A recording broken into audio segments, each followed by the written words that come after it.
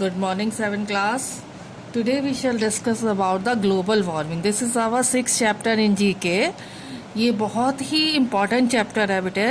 Global warming. You know about the global warming, greenhouse effect. Global warming क्या होती है कि वायु प्रदूषण जो हो रहा है, जो पृथ्वी पर चेंजेस हो रहे हैं वायुमंडल पर, ये सब ग्लोबल वार्मिंग के कारण ही है. तो इससे देखिए हमने मनुष्य ने नेचर से छेड़छाड़ की और उसका नतीजा ग्रीन हाउस इफेक्ट हुआ. तो आज हम उन्हीं चीज़ों के बारे में पढ़ेंगे कि उन चीज़ों को कम करने के लिए क्या क्या चीज़ें बनी हैं, कौन कौन से एग्रीमेंट साइन हुए हैं. तो let's start now. Fill in the blanks with the missing letter to complete these statement about the global warming. यहाँ कुछ स्टेटमेंट दिए हैं ग्लोबल वार्मिंग के बारे में, आपको उनको कंप्लीट करने हैं. Okay. Number 1, the Earth Summit was held in Rio de Janeiro in 1992, where more than 170 countries came to an agreement on the climate change. तो यहाँ पर मतलब कितनी कंट्रीज थी? 170 से ज़्यादा कंट्रीज थी जो एग्रीमेंट किया था क्लाइमेट चेंज करने के लिए.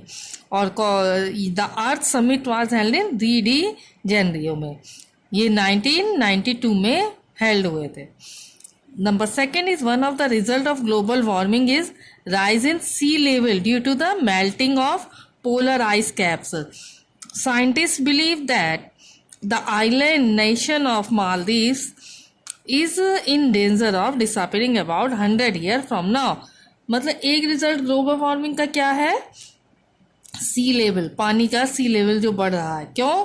क्योंकि वहाँ पर जो पोलर आइस कैप्स हैं वो मेल्ट हो रहे हैं ग्लोबल वार्मिंग के, उससे लेवल बढ़ रहा है और उससे ग्लोबल वार्मिंग बढ़ रही है. तो ये जो है ये साइंटिस्ट विश्वास करते हैं कि ये जो आइलैंड है ये मालदीव्स के ये डेंजर में है और ये लिप्त होते जा रहे हैं.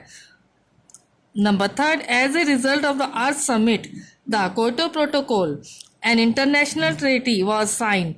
ये कौन सा क्योटो प्रोटोकॉल साइन हुआ था? In 1997 by over 150 countries which agreed to reduce green gas emission. उन्होंने क्या डिसीजन लिया था कि ग्रीन हाउस गैस जो है एमिशंस के लिए ख़त्म करने के लिए ये क्योटो प्रोटोकॉल लागू किया था. Number 4, a carbon footprint is the total set of green house gas emissions caused by an organisation even produced और ए पर्सन. कार्बन फुटप्रिंट्स क्या हैं? ये मनुष्य के द्वारा, ऑर्गेनाइजेशंस के द्वारा और पर्सन के द्वारा ये प्रोड्यूस होते हैं. तो इसको ग्रीन हाउस गैस एमिशंस को इसका कारण था. तो ये जिनके कारण थे ये उनके लिए ये लागू हुआ था.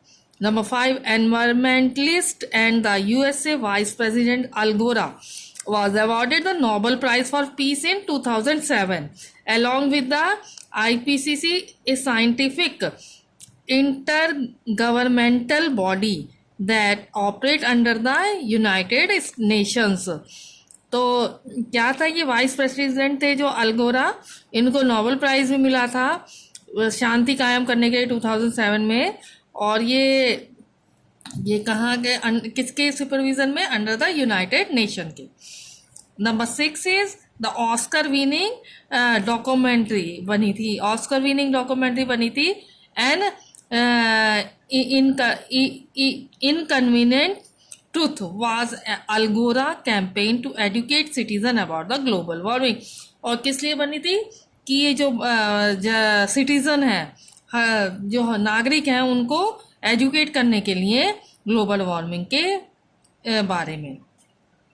Number 7, Montreal protocol is an international treaty design to protect the ozone layer by the phasing out the production of numerous substance that responsible for ozone depletion. Ozone layer में जो होल्स हो रहे हैं, ओजोन लेयर में जो से हमारी harmful gases enter कर रही हैं, तो उसको ये ओजोन लेयर के लिए कौन रिस्पॉन्सिबल है? तो उसके लिए ये प्रोटोकॉल साइन हुआ था, मॉन्ट्रियल प्रोटोकॉल.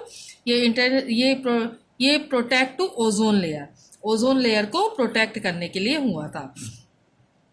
अब देखिए बच्चों कि ग्लोबल वार्मिंग के लिए रिस्पॉन्सिबल कोई एक पर्सन नहीं है, हम सभी रिस्पॉन्सिबल हैं। तो हम जितना भी इसे पढ़ेंगे बहुत मतलब इसके बारे में जितनी भी जानकारी हासिल करनी चाहे तो उतनी ही कम है। तो जब तक हम लोग इसके बारे में सचेत नहीं होंगे तो हम आगे अपने जीवन को सुरक्षित नहीं कर सकते। आई होप आपको चैप्टर समझ में आ गया होगा स्टूडेंट्स। Thank you.